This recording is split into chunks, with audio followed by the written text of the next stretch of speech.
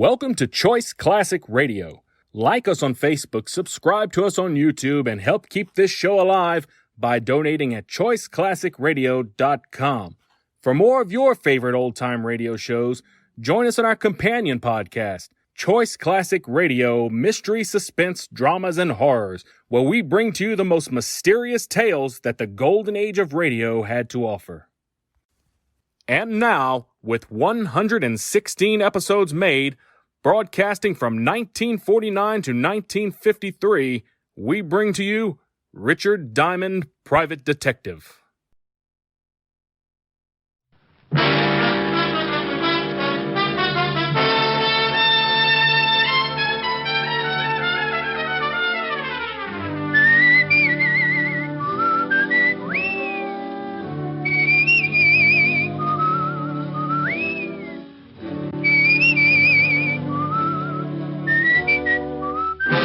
National Broadcasting Company presents Dick Powell as Richard Diamond, Private Detective.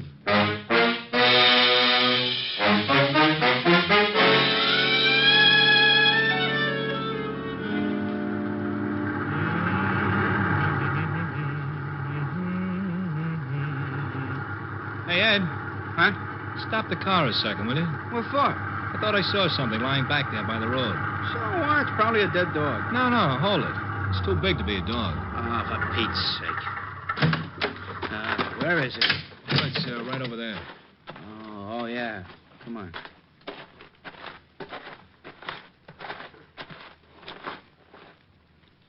Holy cow. Yeah. She dead? Oh, I think I'm going to be sick. Me too. Let's go call the cops. Here's another exciting half hour with Richard Diamond, Private Detective, starring Dick Powell.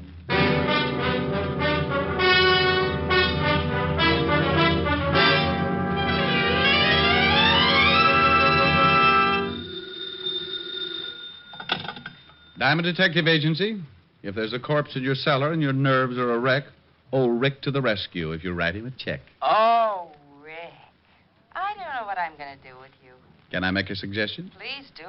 Feed me regularly, take me for walks, and be sure that you let me out nights. Some suggestion. You do that for a cat. Hi, Helen.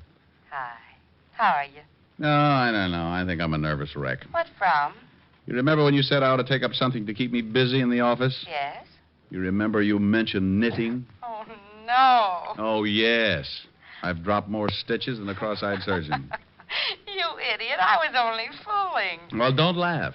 I was making Francis a pair of screaming argyles. Keep with it, Strongheart. You'll win out. Ah, you're darn right I will. Oh, what I said. Darn. Get it? Helen, are you still there? Yes, Rick. Wasn't funny? No, Rick. Okay, come on over. Let's neck. Yes, Rick. Shame on you. Yes, Rick. I'll see you about 8. Oh. You don't sound very happy. That's such a long way off. Give you time to make plans. Bye. Bye.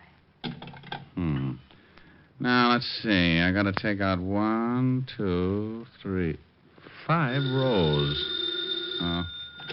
Yeah, what is it? Rick? Oh, how are you, Walt? Very unhappy. You should see me. I've got to take out 5 whole rows just to pick up one lousy stitch. What? Now, forget it. What are you unhappy about? I'll tell you about it when you get down here. Well, the 5th precinct's 20 blocks. Can't you give it to me over the pipe? I wouldn't ask you if it wasn't important, and I'd rather not say anything over the phone. Okay.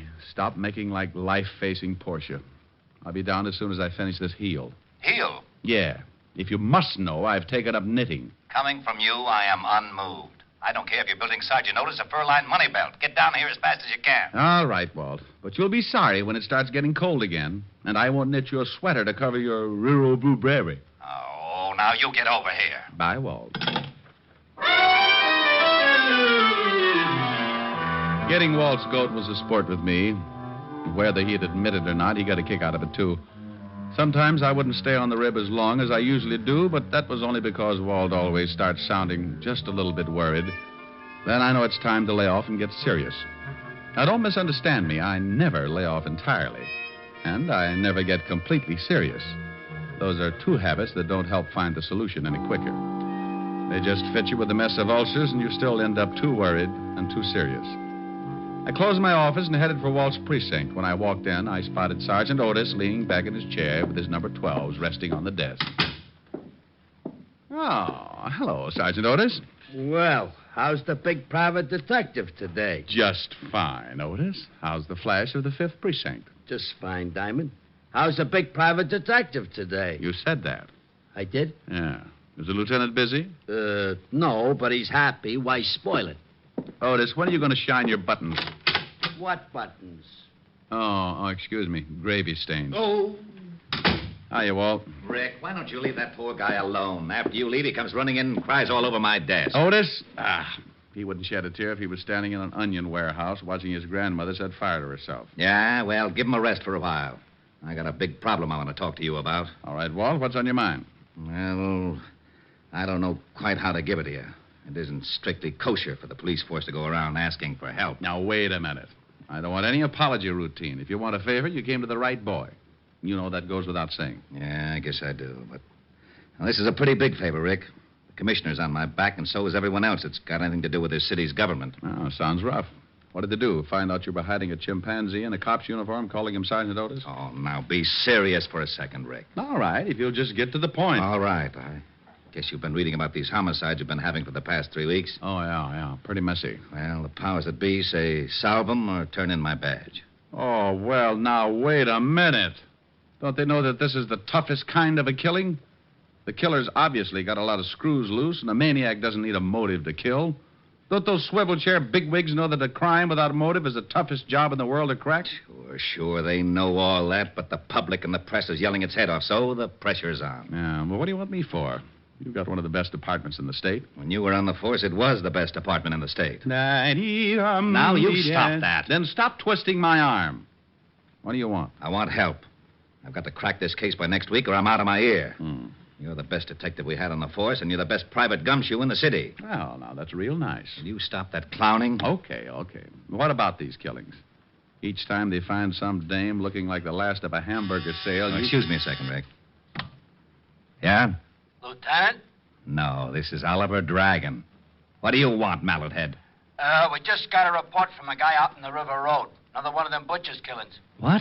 Yeah, some dame all hacked up and lying beside the road. Okay, get the car out. I'll meet you downstairs. Oh, did you hear that, Rick? Uh-huh. Well, come on. You want me along? Of course. I can brief you about the whole setup on the way over. I don't know whether it's such a good idea to get mixed up in this or not. Why not? Well, it looks like anybody who gets close to this killer doesn't have much of a future. Well, you can't live forever. Oh, now, aren't you the sweet one? No, that's not what's worrying me. Well, what is that? Now, when I go out, I want a nice, comfortable place to lie down in. The way this nut goes to work with a knife, I might end up in a meat locker.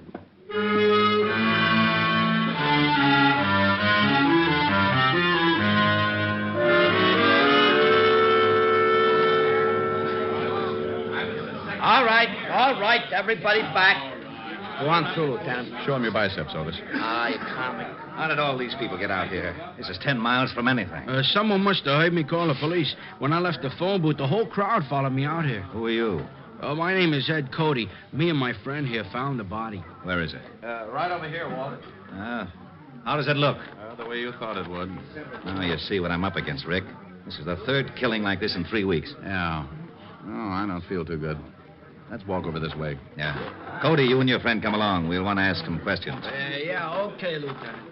Well, whoever the guy is that's pulling these murders, he's a complete lunatic. Are they all like that, Walt? You should have seen the last one.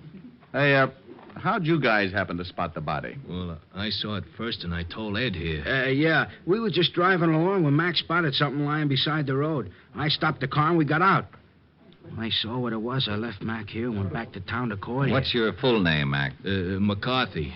John McCarthy. Okay. What are you doing, Rick? Oh, looking at the road. That's your car up there, Cody? It's Max. I was just driving. Now, you went ahead how far before you stopped? Well, about 20 yards. You won't find much, Rick, even if the road is soft. Their car and any other one would have blocked out the killer's tracks. Hey, maybe he didn't use a car. Maybe he walked her out this way and then killed her. No, this place is 10 miles from anything. He drove all right. This crowd has ruined any footprints for sure. Oh, here come the boys. Come on, Rick. As soon as they start examining things, we can get back to the station. Yeah, I want to go through the whole file in the last 2 killings. You won't find much. A change of reading never hurt anyone.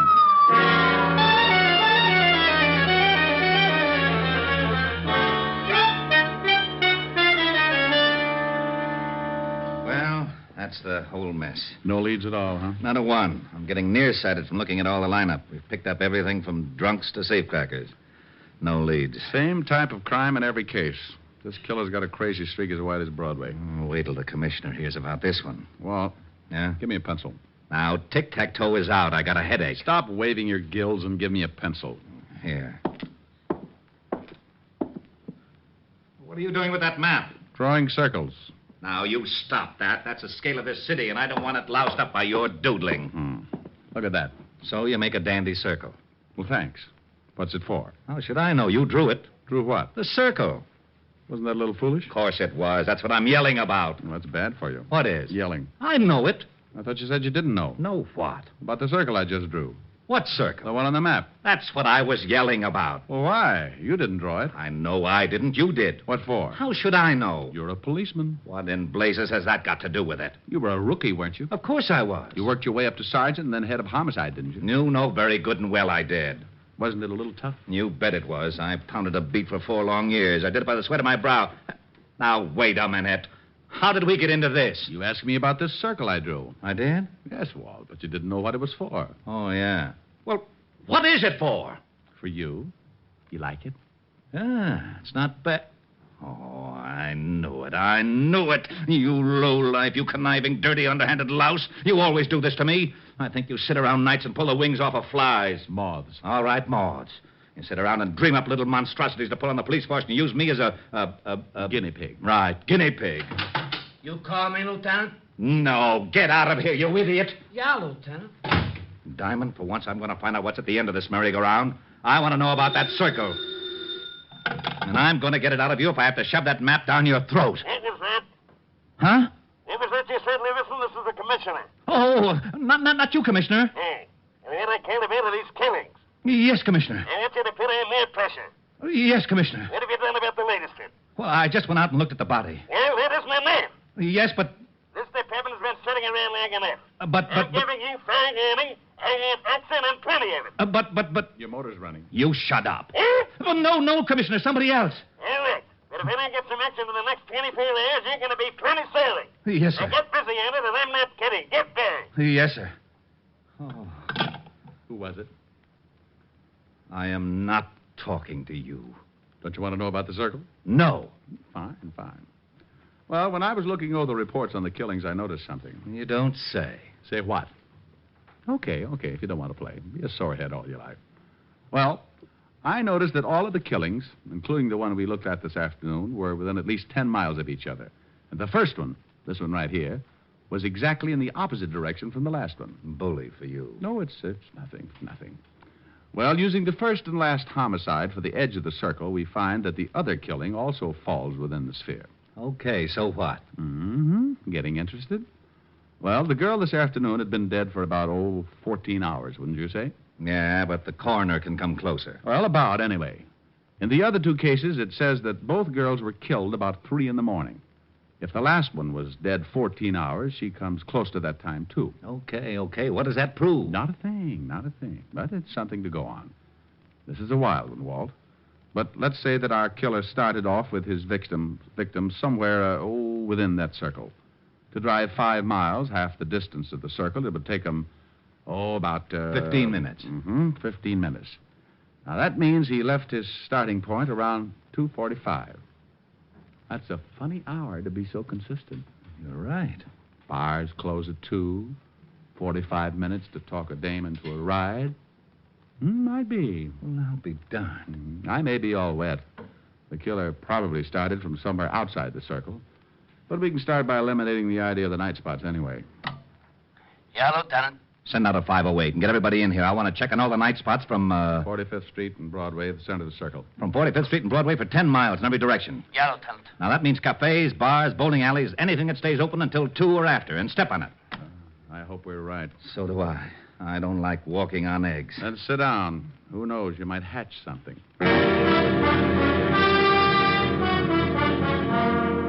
NBC is bringing you Richard Diamond, Private Detective, starring Dick Powell. Walt found out the name of the last victim, and the family supplied us with a picture. Her name is Martha Kirk, and they knew nothing of her whereabouts the night of the murder. You can't really appreciate a police department until you really see them in action. Inside of 2 hours, Walt had every dive, bar, and night spot in the 10-mile circle tagged. They spread out, one man to every 5 blocks, each with a picture of the 3 murdered girls. Because it had been my idea, Walt wanted me to swim with it and maybe sink. I took a little section from 48th Street to 46th Street, and by late afternoon, I'd covered most of the likely prospects. Yeah, you guessed it. The bottom of the barrel was coming up fast, and it was emptier than a ballpark during a thunderstorm. No one had ever seen the 3 victims. The last spot on the list was a bowling alley. I walked in and spotted a cocktail lounge, and when I climbed up on one of the stools, a bartender with a head that should have been out on the alleys walked up to me. Yeah, what'll it be? Oh, how about a glass of milk? Glass of milk? Think you can stand it? Well, if you're worried, water it a little. I don't want to pass out on you. I get him. He made it funny. So did your family. You're looking for trouble? Only if I get pushed. I'm looking for information. First door on the left. Yeah. Yeah, ever seen any of these girls before? What are you, a cop? Well, let's just say I'm nosy, and I've got a badge to keep me in the spirit of things. Oh, why didn't you say so? Let me see him. All right. Here's the first one. No. I ain't never seen her. How about this one? And this one? No. Hey, wait a minute. Sure, I know. This one comes in about twice a week. Was in last night. Gets lushed up and cries about how tough a family is on him.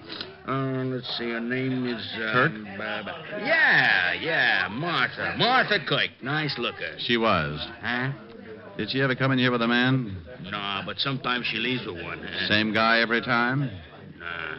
Do you remember her leaving with a man last night?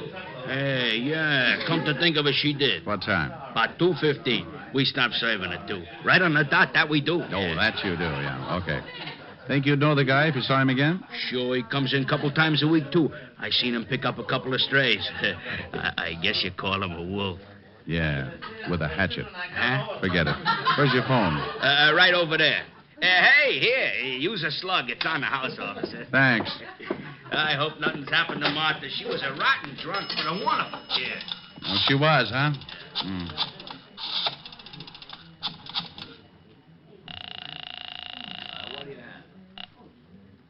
Sergeant noticed at your service. If you're in trouble, you probably deserve us. Oh, that's awful. Okay, Diamond, you don't have to get nasty. Shut up and get me the lieutenant. One moment, please. Lieutenant Levinson. You can forget about retiring, Walt. You got something? Yeah, looks like. What did your boys turn up? Nothing yet. What is it, Rick? Don't play games now. Get over to the 47th and 9th. You know the bowling alley in the middle of the block? I'm in the bar. Want me to bring the boys? No. This is one we've got to play quietly. I don't want to scare our ghoul off. I'll be right down. Hey, bartender, what about that milk? Oh, yeah, coming up. Is it going to be a pinch? There is, Buster. There certainly is. Walt romped in about a half an hour later, and he talked with the bartender. He finally looked satisfied. He had to, because it was the only lead that had turned up. We told the bartender to tip us if the guy showed again, and we sat down to wait. Maybe my rabbit's foot started thinking it was back with the quartet because around 1 o'clock it started kicking. The bartender gave us a nod just as a big guy wandered in and sat down at the bar. He weighed in at about 220, and his clothes were sloppy. He ordered a drink and started eyeing a cute little number sitting at the other end of the bar. Let's take him. Now, hold it, Walt. He's making a pitch. What? The dame at the end of the bar. So he's making a pitch. What do you want him to do? Wait around till he takes her out of here? Maybe you'd like to help him sharpen his axe. Look, you haul him in now, you'll have to beat it out of him. You want him to pick the dame up? Is that against the law? Arrest me. Stop your clowning. You'd rather catch him with the goods, wouldn't you? Yeah, but... Now, don't start that again. You butted the commissioner to death. Just relax. Maybe you can pick up a few pointers. Our big boy moved all right up to the seat next to the cute little girl. She was under full sail and didn't seem to mind at all. He landed at 1:15. At 1:30, he'd established a firm beachhead, and by 2 o'clock, there was a flag raising. Okay, he scored. The joint's closing. And they're leaving. I'm going to tail him. How? He's probably got a car. He'd spot you sure if he takes her out to some lonely place. How do I know? You put in a call, throw a dragnet around this area for 10 miles. I'm not going to let you. If he gets away with that girl, he may kill her. Look, Walt, I promise you he won't get into that car unless I can stick with him. Come on, we'll both stick close to him until I can think of something. We followed the man and girl outside and walked a few yards behind, making like we had a little load on. They headed for a big parking lot, and that's when I got the idea. The parking attendant was just walking up to him when I stumbled forward. Hey, boy. Rick, what are you doing? Stay with me, Walt. Yeah, mister? Sonny, I'd like to have my automobile, please. Hey, just a minute. I was here first. Sure, honey. Don't let him get away with it. Yeah. Oh, look, old man, my friend here's late getting home, and he's got a wife that's 10 feet tall. You mind if I get my car first? No, go ahead. Someday. No, relax, honey, relax. We're going to take a little drive, huh? Yeah. Okay, mister, let's see your ticket. Well, I got it here someplace right in my pocket. Come on, we'll walk up. I know where the car is. Okay, but you gotta have a ticket. Rick, what's going on? Keep walking. Hey, I thought you was loaded. Keep going with the police. You what? That's right. Well, what's wrong? Which one is that guy's car? You mean the guy back there with the dame? Yeah. Well, he gave me his ticket. Oh, it's right over there, the coupe. Rick. Come on. I'm going to climb in that trunk, and you're going to get in your car and tail us. But stay far enough behind so that he doesn't spot you. Okay, but I think you're crazy. Is the trunk open? Yeah. I'll get going. Well, they'll see me coming back. Well, then tell him you forgot something in the bowling alley. I passed out in my car. All right. And, son, Yeah? don't let on that anything happened. We think that man is a killer. Oh. I squeezed into the trunk and waited.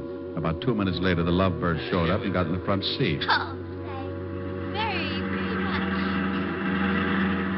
I rode like that for about 15 minutes, and it wasn't bad until we hit the dirt road. Then my inside started bouncing around like a pound of rice in a wind tunnel. We drove for about 10 minutes more and came to a stop.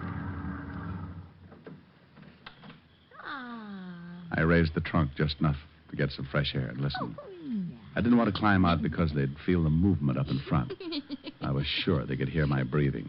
Oh. Well, what are we stopping for? I thought maybe that... Huh? I wanted to look at the pretty scenery. Well, how can you? So dark. It's pretty though. I can see you, baby. Dad? Mm-hmm. Wow. You're nice. Mm-hmm.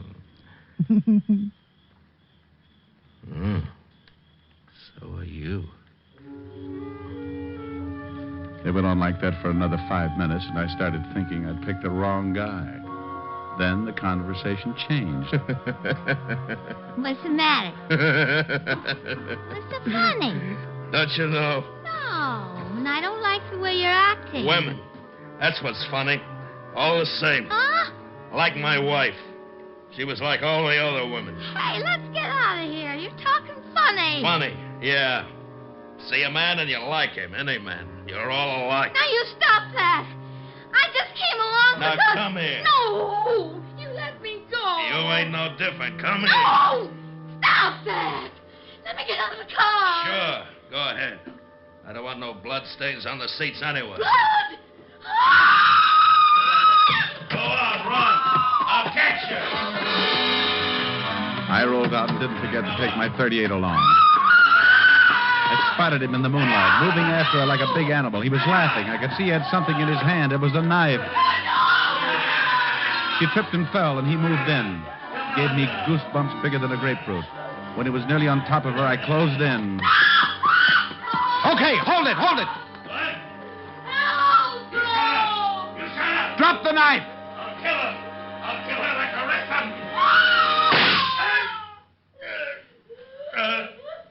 Kill her, too.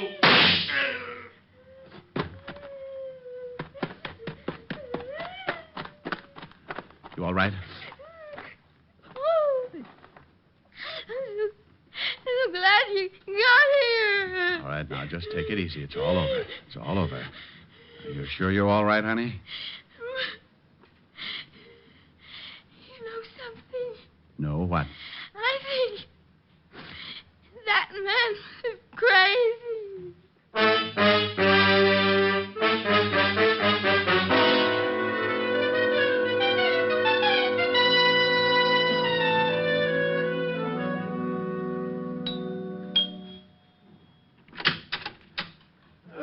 Good evening, Mr. Diamond. Good evening, Francis. Is Miss Asher in? Yes, sir. She's in the study, knitting. Knitting? Knitting? Thank you, Francis. Knit 1, purl 2. Knit 1, purl 2. Knit 1, purl 2. Drop 3. That's the way I do it. Rick. Hello, baby. Oh, look what I've gotten into. I'm a nervous wreck. I'll never teach you.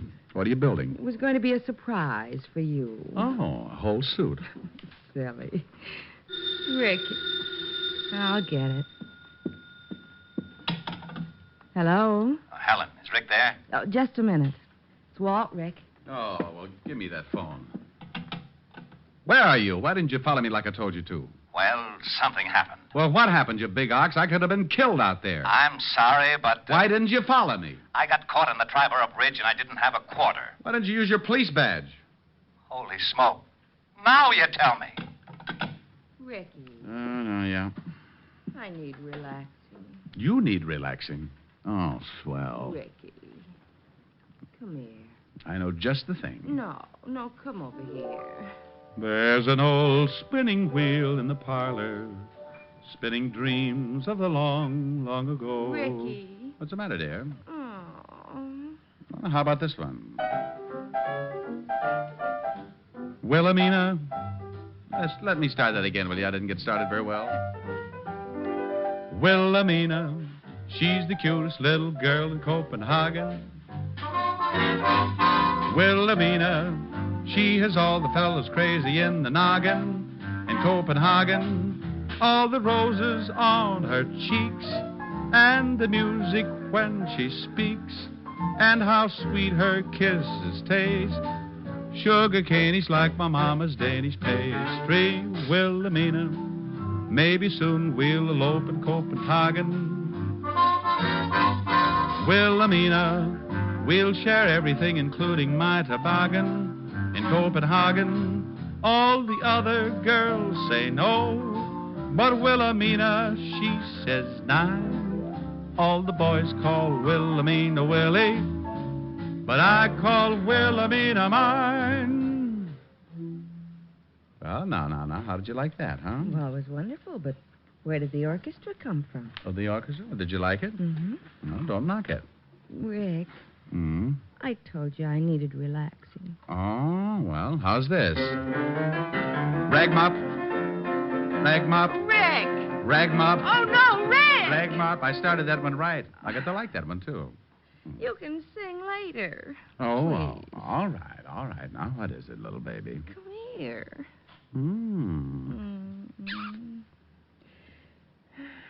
You know something?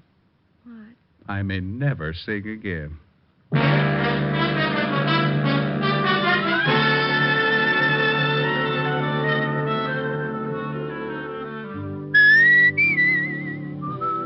You have just heard Richard Diamond, Private Detective, starring Dick Powell. Lieutenant Levinson was played by Ed Begley, who soon will be seen in the MGM production Stars in My Crown. Also in the cast were Virginia Del Valle, Wilms Herbert, Lorene Tuttle, Bill Conrad, Peter Leeds, and Jack Crucian. Music was under the direction of Frank Worth. Tonight's show was written by Blake Edwards and directed by Warren Lewis. Dick Powell currently may be seen in the motion picture version of the best-selling novel, Mrs. Mike. Look for the private life story of Dick Powell, Pie Face and the Private Eye, in the May issue of Movie Stars Parade on your newsstands now. This is Eddie King inviting you to be with us next Wednesday at this same time, when we will again bring you Dick Powell as Richard Diamond, Private Detective. Dimension X, from the annals of science fiction, a new radio series about men and science and a future destiny. Saturday on NBC. Hear Dimension X.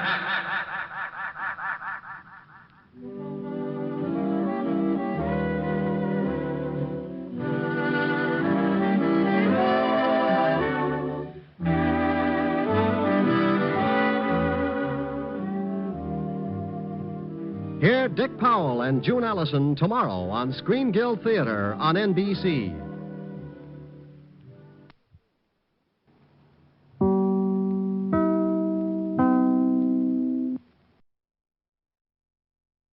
That concludes today's episode.